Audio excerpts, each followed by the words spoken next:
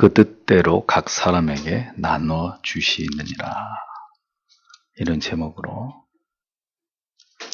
하나님의 말씀을 전하도록 하겠습니다.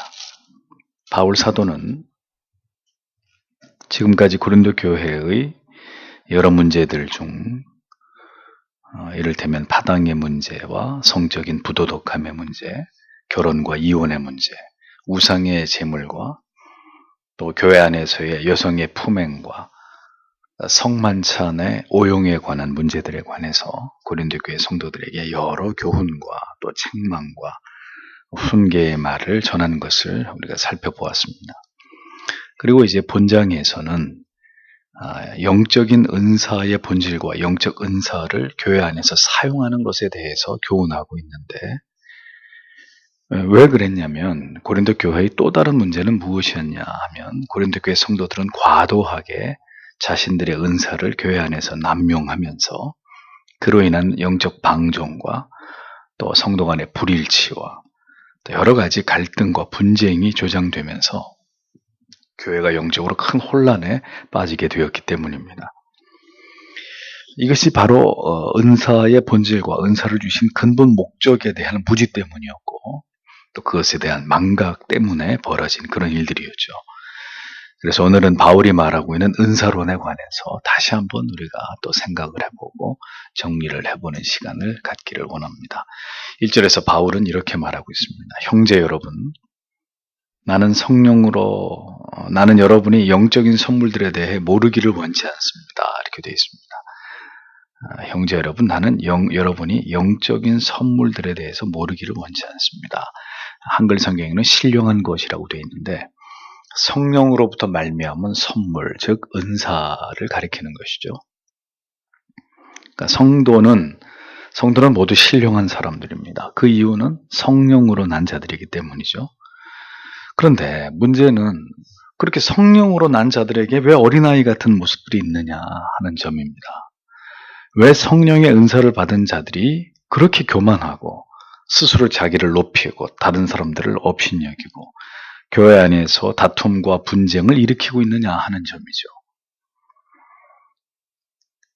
왜 그렇겠습니까? 성령의 은사를 받은 사람들이 모두 성숙한 그리스도인들은 아니기 때문이라는 겁니다. 성령의 은사는 받았어도 성령의 인도함으로 성령께 복종하는 삶을 살아가지 않고 영적인 무지 속에서 스스로 자기를 높이는 교만한 삶을 살아가고 있는 무지하고 연약한 자들이 있었다는 거죠. 누구 중에요? 성령으로 거듭난 사람들 중에, 또 성령의 은사를 받은 자들 중에 그렇다는 것입니다. 성령의 은사가 있는 사람이 성령의 사람이 아니고 성령께 복종하고 성령 안에서 살아가는 사람이 진정으로 신령한 사람이다라는 것을 그래서 우리는 기억할 필요가 있는 것입니다. 성령께 복종하고 성령 안에 있다는 의미는 의심의 여지가 없이 철저하게 하나님의 말씀의 지배를 받고 그 말씀의 깨달음 안에서 살아가는 것을 의미하는 것입니다. 그러니까 성령의 은사를 받았다고 하는 사람이 성령을 따라 살지 않습니다. 죄의 본성을 따라서 자연인과 같은 그런 자기주도적이고 자기 본위적인 삶을 살아가고 있다면 그가 말하는 은사는 단언하건대 성령의 은사가 될 수 없는 거죠. 그 사람이 아직 성령의 사람이 아니든지 아니면 아주 믿음이 미숙한 사람이든지 그것을 의미하는 것이라는 겁니다. 바울은 성령 안에서 성령에 의해서 성령과 함께하는 신령함을 말하고 있는 것입니다. 온갖 악한 영의 역사들과 성령의 통치와 복종 아래 있지 않은 다른 영적인 능력도 절대로 모두 다 신령한 것 안에 그 범주에다가 넣지 않고 있다는 것을 우리가 유의해서 볼 필요가 있습니다. 그러니까 우리가 가장 잘못 생각하고 있는 것은 성령의 은사를 받은 사람들은 특별한 사람이고 신앙이 매우 성숙한 사람이라고 생각할 수 있다는 거죠.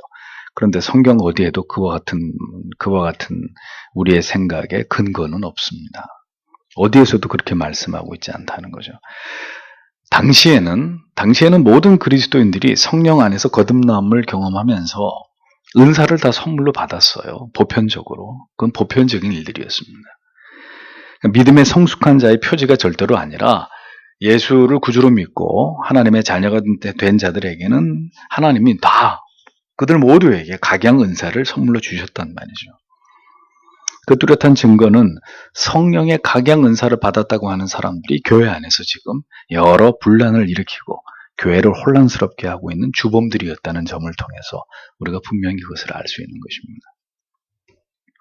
고린도 교회 성도들은 신령하다고 스스로 생각하고 있었지만 바울이 우려하는 바대로 신령한 것에 대해서는 전혀 알지 못하는, 정말 신령한 것이 무엇이냐라는 것에 대해서는 전혀 거기에 대해서 무지하고 우매한 자들이 대부분이었다라는 것을 알 수 있습니다.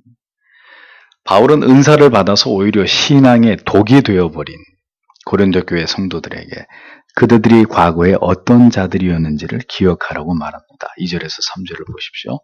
여러분은 이방인으로 있었을 때 말도 못하는 우상들에게 이끌려 여기저기로 끌려다녔던 것을 알고 있습니다. 그러므로 나는 여러분에게 알려드릴 것이 있습니다. 곧 하나님의 영으로 말하는 사람은 누구든지 예수는 저주받은 사람이다 라고 말할 수 없고, 또 성령으로 말미암지 않고는 예수님은 주님이시다 라고 말할 수 없습니다. 이렇게 기록되어 있습니다. 지금은 우리가 성령의 지배를 받는 그리스도의 자녀이지만 이전에는 우리 모두 우상을, 말 못하는 어리석은 우상을 숭배하면서 그 우상에게 끌려다니던 이교도들이었다라는 점을 사도가 상기시키고 있습니다. 모든 영적인 것이 모두 성령의 은사이며 성령의 역사가 아니라는 것을 사도는 지금 은근히 이 논리의 바탕에 깔고 이런 얘기들을 지금 하고 있는 거죠. 그러면서 성령의 가장 강력한 역사는 은사가 아니라 예수 그리스도를 주라 시인하게 하시는 것이다, 이렇게 가르치고 있는 겁니다. 고린도 교회 성도들은 서로 은사를 자랑하느라고 온갖 교회를 혼란에 빠뜨리고 분쟁의 장으로 만들어 놓고 있지만, 바울은 간단하게 얘기합니다. 성령의 가장 강력한 은사, 예수를 주라고 시인하는 것이다. 하나님의 영의 지배를 받는 사람은 절대로 그리스도를 저주할 수 없고, 또 성령에 의하지 않고는 누구도 예수 그리스도가 나의 구주이시오 라고 고백할 수 없다고 논증하고 있는 거예요. 아무리 은사를 자랑해도 자기 목에 칼이 들어왔을 때 나는 예수 모릅니다 라고 얘기하는 사람은 그 사람은 하나님의 사람이 아니라는 거예요. 성령 받은 사람이 아니라는 거예요. 이것이 아주 가장 명백한 성령의 역사라는, 은사는 좀 치워놓고 그대들이 예수는 저주받은 사람이다라고 감히 말할 수 있다면 성령 받은 사람은 아니고, 또 성령을 받은 사람이기 때문에 어떤 상황이 와도 예수는 나의 구주이시오, 나는 이것을 절대로 부인할 수 없어, 그게 성령이 우리 가운데 오신 결과라는 얘기를 하고 있는 거죠. 성령 받음의 의미가 무엇인지를, 성령의 역사하심의 결과가 무엇인지를 다시 한번 사도는 짚고 넘어가는 것입니다. 사도는 누구나 어떤 영적인 말 같은 것을 할 수 있지만 후에 이것을 방언이라고 구체화하는데, 이것이 모두 성령에 의한 말이 아니라는 것을 분명하게 강조하는 것입니다. 성령의 말은 오직 예수를 주라 고백하고 예수를 결코 저주받은 자로 말하지 못하는 그것이고, 이러한 말과 표현과 고백만이 성령 그 안에 역사하는 사람들에게 분명하게 드러나는 증거라는 거죠. 성령의 은사가 있다고 합니다. 또 심지어 목회자입니다. 근데 고난이 옵니다. 하나님이 있는지 없는지 모르겠네. 이렇게 가면 그 사람은 성령을 받은 사람일까, 왜 아닐까요? 아니라는 얘기, 명백하게 아니라는 얘기. 어떤 물질의 유익 앞에서 이것이 분명히 옳지 않은 방법이고 도둑질이고 사기를 치는 건데, 근데 엄청난 이익이 생기니까 하나님을 깨끗이 뒤돌려 세워놓고 그 죄악된 것을 취한단 말이에요. 그 사람 성령 받은 사람이 아니란 말이에요. 그렇게 할 수 없다는 거죠. 성령을 받은 사람은. 영적인 말 같으나 무의미한 성령과 무관한 말들과 분명한 차이를 사도가 분명하게 설명하고 있었던 것입니다. 가장 중요한 성령에 의한 말과 고백은 언제나 복음과 예수 그리스도와 연관되어 있고 성경의 진리를 가장 분명하고 정확하게 드러내는 것이라는 것. 그것이 성령이 우리에게 하게 하시는 말들이다 라고 얘기하는 거죠. 4절에서 6절을 이어서 보십시오. 은사에는 여러 가지가 있지만 성령은 같습니다. 직분에는 여러 가지가 있지만 주님은 같습니다. 사역에는 여러 가지가 있지만 모든 사람 안에서 모든 일들을 행하시는 하나님은 같습니다. 이렇게 기록합니다. 성령이 주시는 은사가 다양할 수 있는데 그 모든 은사는 모두 한 성령으로부터 비롯된 것이고 교회 안에 여러 가지 성도들을 섬기는 직분은 있지만 그 모든 직분은 오직 한 분, 교회의 머리이신 예수 그리스도로부터 말미암은 것이고 여러 가지 다양한 사역들이 성도들에 의해서 나타날 수 있지만 그 모든 일들은 사람들을 통해서 역사하시는 하나님 한 분을 통해서 비롯되는 것이다. 이것을 바울이 강조를 합니다. 사도가 왜 이 말씀을 하고 있는 것일까요? 모두가 한 하나님에 의해서 비롯된 것인데 왜 그 하나님께로 은사와 직분을 받아서 교회를 섬기는 그대들은 다투고 있느냐 이거죠 지금. 예. 왜 하나가 되지 못하고 서로를 존귀 여기지 못하고 네가 더 높으니 내가 더 높으니 네 은사가 더 못하는 것이니 왜 지금 이런 문제를 가지고 당신들끼리 싸우고 있느냐는 거죠. 한 하나님께로부터 받았고 그 하나님에 의해서 주어진 것들인데 왜 그 하나님을 위해서 하나가 되어서 아름답게 하나님의 교회를 위해서 성도의 이익을 위해서 섬기지 못하고 다툼을 하고 있느냐는 겁니다. 이게 도대체 무슨 일이냐는 거죠.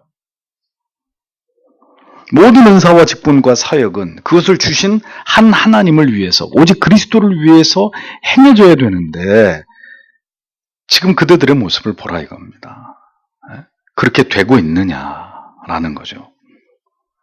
만약에 은사와 직분을 가지고 사역을 하는 자들 안에서 서로의 우월의식을 가지고 만약에 분쟁과 다툼이 생긴다면 무슨 이게 직분이 우열을 가리는 것이 되어서 이것으로 뭐 서로 이렇게 자고하고 말이죠. 무시하고 어떤 그것이 교회 안에 어떤 계층을 이루고 자 이런 일들이 벌어진다면 그것은 성령께로부터 받은 은사가 아니고 직분이 아니고 하나님을 위한 성도의 역사가 아니라는 거죠. 하나님을 위해서 하는 것이 아니라 결국은 뭐예요? 자기를 위해서 하는 것이라는 거잖아요. 자기를 드러내려고 하는 것이라는 거잖아요. 그러니까 이것은 잘못된 것이라는 겁니다. 은사를 부정할 수는 없지만 나중에 말씀드리겠지만 그 당시에 그 은사를 부정할 수는 없지만 그 은사를 가지고 소위 그대들이 행하는 말과 행동을 볼 때는 그건 전혀 하나님의 뜻에 합당하는 것이 아니다. 사도가 그렇게 얘기하는 거죠. 그러니까 완전히 무시하고 있는 거예요. 은사가 뭐냐 이거죠 도대체. 은사가 뭐길래 하나이신 하나님 앞에 그대들은 다 그 은사의 문제 때문에 나뉘어져 가지고 서로 교만하고 오만해서 이렇게 분열과 혼란에 빠져 있느냐. 이건 도저히 앞뒤가 맞지 않는 모순이 아니냐. 사도가 그것을 가르치고 있는 것입니다. 성령의 은사를 생각할 때 우리가 궁금한 것은 그럼 왜 이렇게 믿음이 부족하고 아직 성숙하지 못한 자들에게도 성령은 은사를 주셨느냐 하는 점입니다. 안 주셨으면 될 거 아니냐 이거죠. 은사 같은 거 하나님이 안 주셨으면 되는데 왜 성령이 초대교회 성도들에게 은사를 주셨느냐 보편적으로. 초대교회의 상황은 아직 성경이 기록되지 않은 때입니다. 교회가 진리 위에 견고하게 세워져 있지 않은 시대였습니다. 여전히 복음을 통해서 예수를 믿는 신자들이 급격히 늘어나야 되는 이런 시대적 상황 속에서 성령은 각 사람들에게 은사들을 선물로 주시면서 더 뜨거운 마음으로 자기들의 믿음을 진작시키고 교회를 열심히 섬기고 하나님의 일들을 감당하면서 하나님의 나라가 빨리 지상 가운데 확장되도록 하기 위해서 하나님은 초대교회의 성령이 은사를 주신 것이라는 거죠. 은사를 받았지만 영적으로 성숙하지 못했던 고린도 교회는 바로 이 같은 이유 때문에 많은 문제들을 만들어내고 있었음을 우리가 그래서 보게 되는 것입니다. 성경이 완성되고 말씀을 통해서 우리를 구원으로 인도하시고 깨닫게 하시고 자라게 하시는 지금과 같은 때에 이렇게 보편적으로 주어졌던 은사가 존재합니까? 다 소멸되어 버렸잖아요. 존재하지 않는단 말이에요. 사도는 7절에서 이러한 은사를 주신 목적을 설명하죠. 각 사람에게 성령께서 나타나신 것은 공동의 유익을 위한 것입니다. 이렇게 기록하고 있습니다. 성령의 은사는 결코 자신의 유익을 위해서 주신 것이 아닙니다. 자기를 자랑하라고 주신 훈장이 아니란 말이에요. 계급장이 아니란 말이에요. 교회를 세우는 차원에서 다른 지체들에게 성도들에게 유익을 주게 하기 위해서 성령께서 은사를 주셨다. 분명히 말씀합니다. 은사의 목적은 반드시 공동의 유익을 위함이었다라는 거죠. 공동의 유익을 위하지 않는 은사는 은사로서의 아무 가치가 없는 것입니다. 자기의 과시와 자기를 높이기 위한 수단으로서의 은사는 성경이 전혀 말씀하고 있지 않은 거짓된 은사일 뿐이라는 거죠. 자, 예를 들어서 열등감에 사로잡혀 있었던 어떤 사람이 어느 날 은사를 받았어요. 뭐 방언을 하게 된다든지 예언을 한다든지 신유를 행한다든지, 자, 그런 일이 생겼다고 가정해 보죠. 믿음은 아주 없는 사람, 믿음이 없지는 않지만 믿음이 연약한 사람이에요. 신자가 아니란 말은 아닙니다. 자, 그러면 그에게 어떤 변화가 일어나겠습니까? 어떤 일들이 일어날 것이라고 예측할 수 있죠? 기고만장해져서 교회 모든 질서 무너뜨려 버리고 스스로 교만의 무덤을 파겠죠. 불보듯이 뻔한 거 아닙니까? 그러니까 그것을 은사라고 말할 수 없다는 거예요. 바울은 이제 몇 가지 은사에 대해서 열거하고 있습니다. 8절에서 10절을 보십시오. 어떤 사람에게는 성령으로 말미암아 지혜의 말씀을 주시고, 또 어떤 사람에게는 같은 성령을 따라 지식의 말씀을 주십니다. 어떤 사람에게는 같은 성령으로 믿음을, 어떤 사람에게는 같은 성령으로 병 고치는 은사를 주십니다. 또 어떤 사람에게는 기적들 행함을, 어떤 사람에게는 예언함을, 또 어떤 사람에게는 영들을 분별함을, 또 어떤 사람에게는 여러 종류의 방언 말함을, 어떤 사람들에게는 방언들을 해석하는 은사를 주십니다. 이렇게 적고 있습니다. 자, 여기서 지혜의 말씀, 지식의 말씀면서 뭘 말할까요?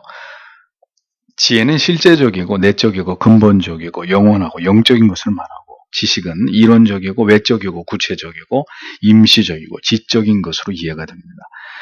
지식은 거룩한 것에 대한 이해의 정도를 말하고, 지혜는 그 성숙과 통찰의 깊이를 나타냅니다. 그러니까 지혜와 지식의 말씀이 은사란 곧 성경의 지식과 지혜를 통해서 말씀을 전하는 은사를 가리키는 거죠. 하나님의 뜻을 선포하는 은사를 가리킵니다. 자, 그럼 믿음의 역사의 은사는 뭐죠? 이것은 특별한 일을 믿음으로 이루어내고야 마는 은사를 의미합니다. 뒤에 나오는 기적을 행하는 은사와 유사한 것이죠. 무슨 얘기냐? 평범한 사람은 감히 생각할 수도 없고 엄두도 낼 수 없는 일을 믿음을 통해서 그걸 감당해냅니다. 그리고 기적 같은 놀라운 일을 이루어냅니다. 세상에 어떻게 저런 일이 일어날 수 있을까? 믿음이 적은, 믿음의 은사가 없는 사람들은 생각할 수 없는 일을 믿음을 가진 사람들이 해낼 때 이제 그것을 가리키는 것입니다. 병 고치는 은사란 여러 병을 고치는 능력이죠. 병을 고치고 건강을 회복시키고 때에 따라서 죽음 자체도 유보시키는 이런 능력을 가리킵니다. 예언 은사, 앞으로 되어질 일에 대한 예언을 의미하나 계시가 종결된 지금에 이르러는 성령의 감동으로 하나님의 말씀을 능력 있게 선포하는 그 능력을 의미합니다. 영들을 분별함은 말씀을 전하는 자의 능력이 성령에 의한 것인지 사탄에 의한 것인지, 그 말씀이 진리인지 거짓인지, 그 역사가 성령의 역사인지 악령의 역사인지를 구별하고 분별하는 이런 어떤 은사를 의미합니다. 왜 이런 은사가 그 당시에 필요했냐면 당시에는 거짓 사도, 거짓 교사들이 많았거든요. 네. 그렇기 때문에 아주 요긴한 은사가 바로 영분벌이 은사였습니다. 방언의 은사, 성경에 따르면 세 종류의 방언이 있죠. 하나는 오순절에 사도들처럼 전혀 배우지 않은 사람들이 갑자기 성령의 은사로 말미암아 외국어를 말하는 초자연적인 어떤 이런 어떤 언어를 말할 수 있었던 능력을 말하고, 두 번째는 그냥 각 나라의 민족이 사용하는 고유의 언어들, 그 방언입니다. 세 번째는 황홀하는 상태에서, 황홀경 속에서 자기도 남도 알아듣지 못하는 신비한 언어로 말하는 것, 이것입니다. 방언을 말할 때는 덕을 세우고 질서를 지키고 예배를 문란하게 하거나 다른 사람들에게 거침돌이 되지 않도록 해야 된다는 지침을 사도가 뒤에 얘기합니다. 또 방언을 해석하는 은사는 방언의 의미를 다른 사람들이 알아들을 수 있도록 풀이해주는 능력을 의미하는 것이죠. 이 모든 것은 교회와 성도의 유익을 위함인데, 자 보십시오. 지금 이 시대는 우리의 신앙에 있어서 가장 유익이 되는 절대적 가치가 무엇입니까? 뭡니까? 성경입니다. 성경. 예. 그러므로 역사 속에서 이 모든 은사들은 다 소멸되었다고 봐야 된다 이거죠. 더 이상 존재하지 않는 은사들입니다. 성경보다 우리의 신앙에 모든 성도들에게 더 유익이 되는 또 다른 것이 존재할 수 있을까요? 존재할 수 없습니다. 그 시대에도 이 은사로 인해서 교회가 혼란과 고통을 당해했습니다. 그러하기에 사도는 이러한 은사들을 사용하는 것에 대해서 주의하고 오직 교회의 유익을 위해서만 사용하고 심지어 개인의 유익이 될 뿐인 방언에 대해서는 바울이 뭐라 그래요? 잠잠하라고까지 얘기하죠. 극도로 제한하고 자제시키는 모습을 보여주잖아요. 지금은 성경을 통해서 성령이 우리 모두의 신앙과 삶에 말할 수 없는 큰 유익과 위로와 능력과 평안을, 지혜와 지식을 공급해주고 있는 시대입니다. 그러므로 우리는 더욱 성경을 알기에 힘써야 되고 성경을 통해서 우리의 믿음이 성장하기를 사모하는 이런 신자들이 되어야 함이 마땅하다는 것이죠. 11절을 보십시오. 이 모든 일은 같은 한 분이신 성령께서 행하십니다. 성령께서는 그분이 원하시는 대로 각 사람에게 은사를 나누어 주십니다. 라고 적고 있습니다. 자, 성경을 잘 보세요. 은사는 내가 달라고 해서 받는 것입니까? 40일 금식 기도하면 하나님이 주시는 게 은사인가요? 성경을 잘 보세요. 내 마음대로 어떤 은사를 달라고 하면 하나님이 주시는 것이 절대로 아닙니다. 이 시대의 잘못된 은사주의자들은 은사를 자신이 좌지우지합니다. 성령을 자기의 의지에 따라서 마음대로 행하실 수 있고 성령을 자기가 조종할 수 있다고 믿는 지극히 참남한 미신적인 신앙들을 가지고 있습니다. 그러니까 내가 원할 때 내가 필요로 하는 은사를 구하기만 하면 마치 하나님이 우리에게 그것을 이렇게 보내주시는 것처럼 이렇게 주장을 하죠. 성경을 모르는 무지의 극치입니다. 모든 성령의 은사는 오늘 성경의 말씀대로 성령이 원하시는 대로 각 사람에게 주어진 것들일 뿐이다. 그 시대에. 그렇게 성경은 분명히 말씀하고 있습니다. 내가 뭘 달라 그래서 받는 게 아니라 하나님이 하나님의 주권적으로 하나님이 주고 싶은 자에게 그에게 주어야 될 은사들을 주셨다는 얘기예요. 사도는 결코 이 은사의 문제에 있어서 인간이 자신을 드러내고 자랑하는 것을 철저하게 금지시키고 있었습니다. 이미 이 은사의 문제가 초대교회 안에 적지 않은 혼란과 무질서를 야기시키고 있었기 때문입니다. 그래서 이 은사에 관련된 부분은 초대교회 가운데 오직 고린도 교회, 바울의 서신서 가운데 고린도 전서에만 등장을 하고 있는 것입니다. 모든 초대교회의 은사의 문제가 그토록 중요한 것이었다면 바울의 모든 서신서 속에서 계속 이 이야기가 반복적으로 나타나면서 이게 그렇게 신앙에 중요한 문제인데 그럼 계속 이 문제들을 다루고 반복하면서 그것을 독려해야 마땅하지 않습니까? 그런데 그런 부분들이 성경에 나타나지 않는다는 거죠. 초대교회 이후에 장구한 기독교 역사 속에서 이 은사에 관련된 부분은 영원히 사라져 있었다가 결국은 20세기에 들어서 성령운동이 시작되면서 이것이 이제 되살아나는 것이죠. 온갖 악령의 어떤 역사를 통해서 이것이 부활한 거 아닙니까?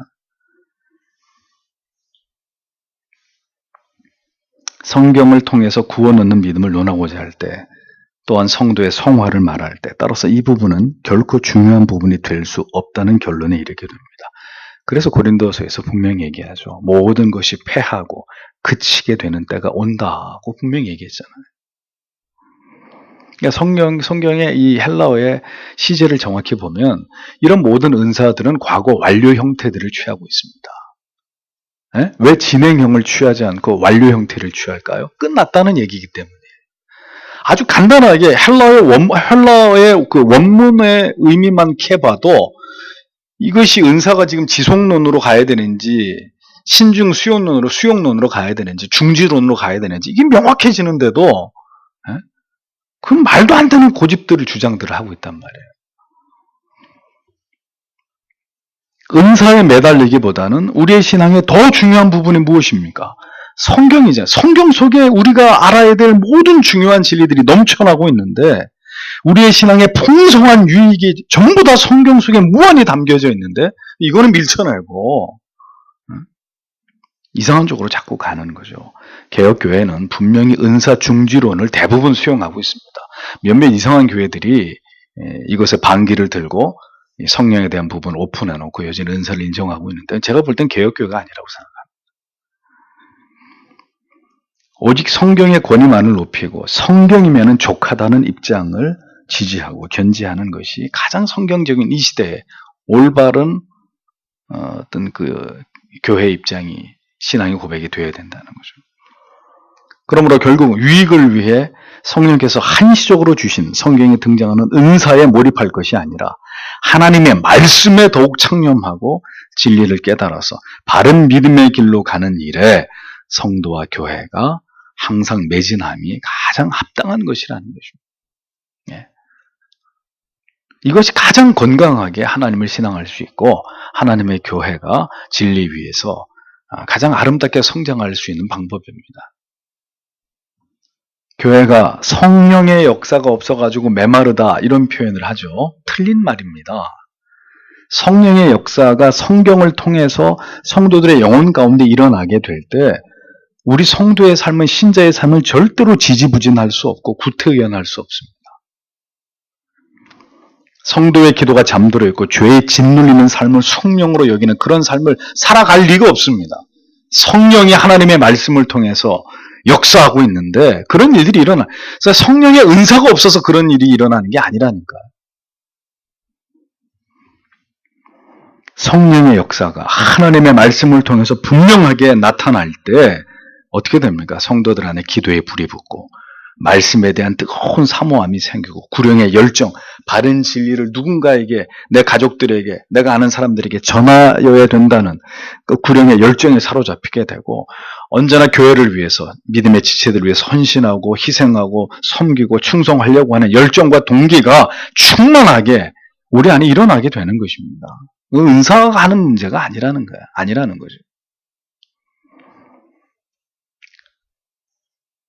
성령의 은사가 없어서 교회가 식어지는 것이 아닙니다. 하나님의 말씀의 권능과 능력이 소멸되고 따라서 기도가 죽어가고 영혼도 쇠퇴가기 때문에 교회도 싸늘하게 식어져 가는 것이죠. 그러므로 해답은 무엇입니까? 부디 하나님의 말씀의 능력이 되살아나는 것입니다.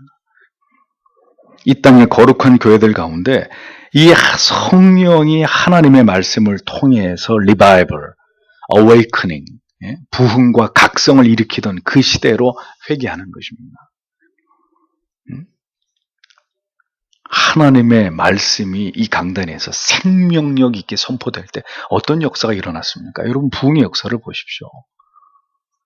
모든 성도들이 총에 맞은 짐승처럼 구슬피 울면서 설교를 듣다가 견디지 못해서 저 문을 열고 예배당 마당으로 뛰쳐나가서 떼굴떼굴 구르면서 죄를 회개하고 그러면서 거룩과 순결의 어떤 회복이 일어나면서 교회가 시대의 등불이 됐었던 이런 역사들을 보여주지 않습니까? 한국 교회뿐만 전 세계 교회는 이것을 잃어버린 것입니다. 하나님의 말씀을 통한 성령의 강력한 역사가 소멸돼 가고 있는 거죠. 그러니까 더 심하게 얘기하면 이가봇입니다. 하나님의 영광이 떠난, 하나님이 자기 백성들에게 하나님의 말씀을 통해 하나님 자신의 영광을 드러내고 그 말씀의 어미 앞에 성도들을 무릎 꿇게 하는 이런 역사들이 나타나야 되는데 이제 그런 역사들이 교회 안에서 사라지고 있다는 것은 하나님의 영이 떠나고 있다는 이야기죠. 하나님의 말씀하기를 이제 하나님의 말씀, 성경을 통해서 자기 백성들과 교회에게 하나님의 뜻을 전하기를 하나님이 점점 거부하고 계신다는 것. 들을 기회가 없다는 이야기죠. 얘기해도 아무것도 달라지지 않으니까. 하나님을 멸시하고 있는 시대이기 때문에.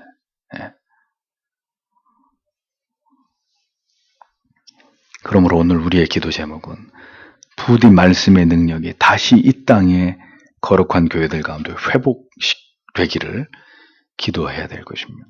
성령의 은사가 아니라 하나님의 말씀이 성령의 능력을 통해서 불이 되어서 모든 강단에서 선포되므로 그 하나님의 말씀을 보고 듣는 성도님들마다 성령의 불을 받는 그 하나님의 말씀에 강타당하고 그래서 다시 영적인 순결과 거룩이 회복되는 이 근본적인 회복, 근본적인 부흥. 그래서 다시 강력한 힘으로 세상을 압도하는 그런 힘으로 하나님의 교회와 성도들이 무장될 수 있는 그것이 우리의 간절한 기도의 제목이고 우리가 성령을 이야기할 때 바로 이 점을 얘기해야 된다는 것입니다.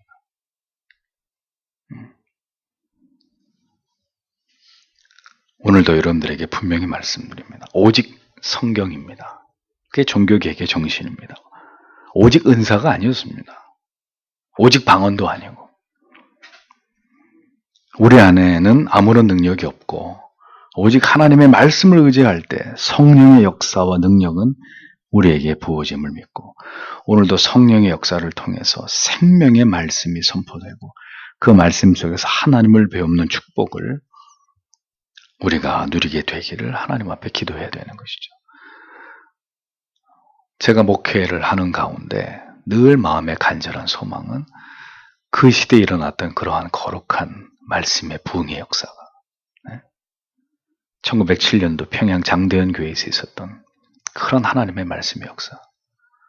조나단 에드워즈가 19세기 영적 대각성을 일으킬 때 조지 휘필드가 하나님의 말씀을 대언했을 때 그 시대에 일어났던 교회의 영적인 대각성과 부흥의 운동, 휘튼 칼리지에서 일어났었던 놀라운 부흥의 역사, 모든 대학생들이 수업이 끝나면 전부 다 강단 앞으로 모여와가지고 마약을 한 거, 동거한 거, 모든 죄를 지은 것을 대학생들이 줄줄이 앞으로 나와서 죄를 회개하면서, 그렇게 한 대학에서 일어났던 엄청난 어떤 부흥의 역사. 결국은 그것입니다. 부흥이냐 심판이냐, 이 시대는 그 기로에 서 있는 것입니다. 다시 말씀을 통한 거룩한 부흥이 일어나느냐, 아니면 하나님이 심판하시느냐.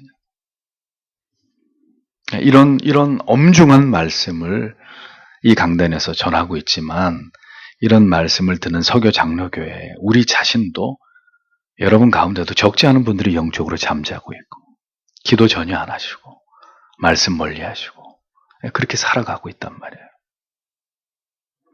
그래서 오늘 이러한 말씀의 깨달음은 그 시대의 고린도 교회 성도들에게만 해당되는 말씀이 아닙니다. 우리 모두에게. 그리고 그때나 지금이나 잘못된 은사주의에 물들어가지고 신앙을 허비하고 있는 이런 모든 사람들에게 오늘도 하나님께서 따갑게 우리에게 말씀하고 계시는 하나님의 말씀이고, 우리를 깨우는 그런 진리의 말씀이라고 우리는 그렇게 믿습니다. 오늘도 이렇게 다시 한번 또 바울이 이야기하는 은사론에 대해서 우리가 생각을 해보면서 하나님 앞에 간절히 여러분 자신과 가정과 교회를 위해서, 그리고 이 시대에 하나님의 택한 자들, 거룩한 교회들, 하나님께서 성령을 통해서, 말씀을 통해서 또 성령의 역사하심으로 우리가 더욱 그 말씀을 통해 하나님의 능력을, 하나님의 우리를 각성케 하시고 죄를 회개케 하시는 거룩한 역사를 통해서 다시 한번 우리에게도 우리의 신앙을 회복할 수 있는, 그 초대교회의 뜨거움과 순수성을 회복할 수 있는 은혜를 하나님께서 반드시 이 시대에 우리에게도 허락해달라고, 우리 자신이 기도의 제목이 되어서, 기도의 불씨가 되어서, 참 그런 날이 오기란 참 요원한 일이지만 그렇다고 우리가 포기해야 되겠습니까? 끈질기게 성경이 우리에게 가르치는 대로 그렇게 기도하면서 하나님 그러한 은혜를 우리에게 달라고 오늘도 우리가 하나님 앞에 기도해야 될 줄 믿습니다. 다 함께 기도하겠습니다.